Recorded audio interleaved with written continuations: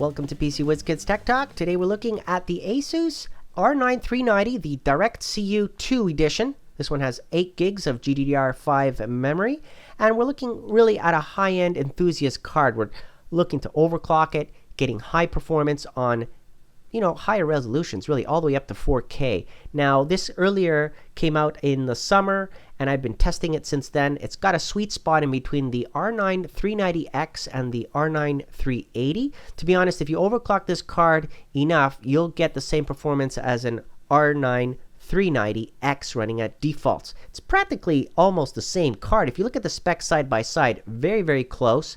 By default, of course, it's using the same amount of power, and there's very, very little difference. Okay, now we're going to look at this more in detail again. What I like the most about it is the DirectCU 2 cooling. Okay, that thermal cooling solution, 20% cooler than the previous generation, 3 times quieter. Now, of course, that VRM and those controls, the components on there are really precise digital power delivering components. Okay, so for overclocking, this is going to be a great card, and I'll show you what I mean in just a moment.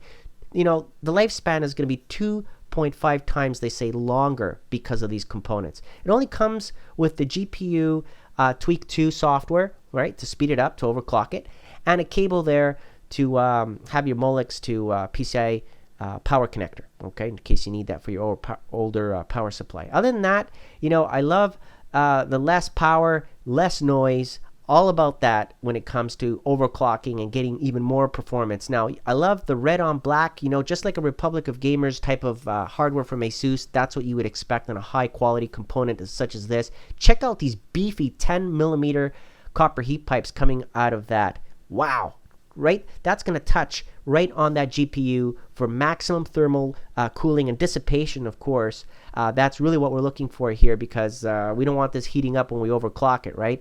And those fans, they are truly quiet. It even gets to the point, depending on the games and what you're doing on your system, the fans will even shut down if they're not needed, right? Makes sense. Here are some more specs. You can pause the screen and take a look at the details if you're wondering, including, of course, the dimensions. A lot of you ask, what are the dimensions of the card so it can fit inside of your case? And this one is only 2 fans, so it's not going to be as wide as other types of Asus and graphic cards out there. Okay, so keep that in mind. It fits very nicely in a mid-tower case, and you'll have no problems with that. Now, moving along, going into the other side of the card where the back plate is. I love these back plates.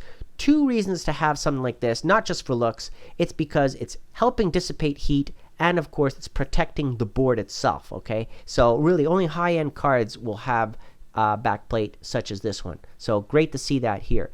And again, here's another look at this beautiful looking card again with that chunky, beefy thermal system that it's got. Now, my test system that I have here, Intel Core i7 4770K overclocked to 4.5 gigahertz on the Asus board that you can see running with 16 gigs of memory. This is not a slow entry-level machine. This is a high-end machine running smooth and stable. There's no bottlenecks to be talked about here. We're going to really maximize performance with this machine. Okay, so we really get to see what this card is all about.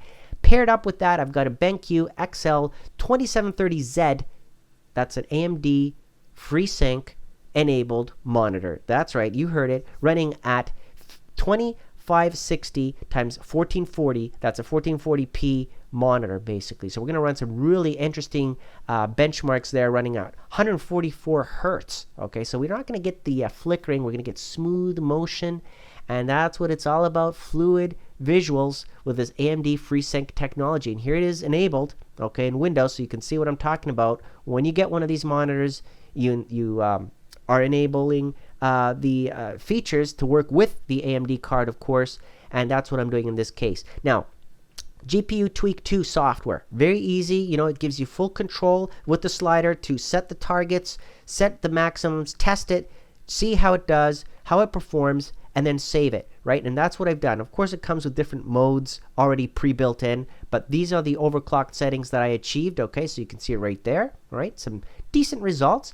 And here are the temperatures running at default, okay? So it gives you a good idea on how much temperature, fan speed, and so forth. And of course, overclocked, if you're curious about, okay, what are the differences overclocked? Well, here it is again, running at full load, so you have a good idea. Now, future benchmarks, Firestrike. I always run Firestrike first on high performance, and then I do a comparison online to say, okay, how well did my machine do compared to this machine, which runs 2 cards in SLI, for example, right? So really good, really well done here on this 390 GPU. Now, again, Firestrike Extreme, running it overclocked, even better results. You can see it right there. And the Firestrike Ultra is meant for 4K gaming, and here are some more frames per second results on that as well. Okay, you can pause the screen at any time, of course, to take a look at these benchmark results as I move along here, so you get a good idea on the different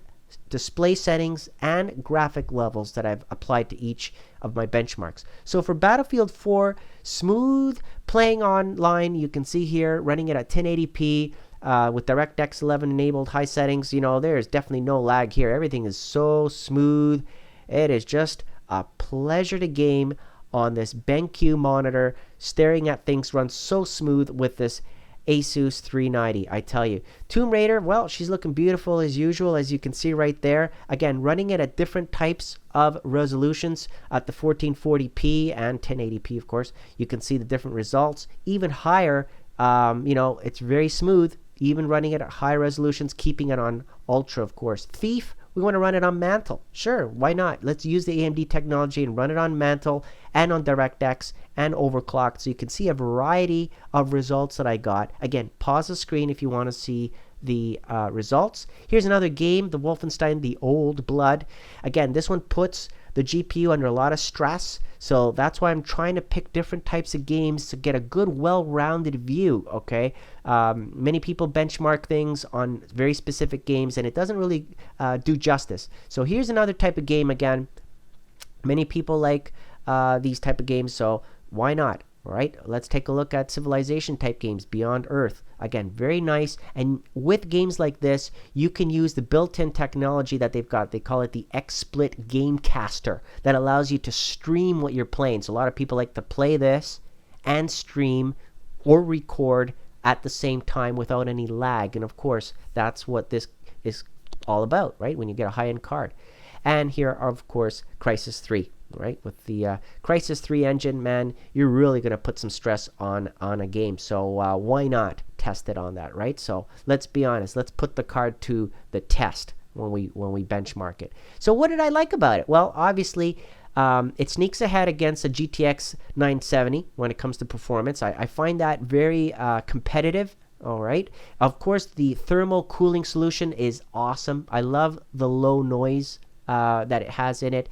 Definitely overclocked. I'm getting crazy performances. Why not get this card instead of getting a 390X? Save yourself a couple bucks, right? Comment below. Let me know what you think. I like to thank AMD and Asus for providing it. And again, thank you for watching.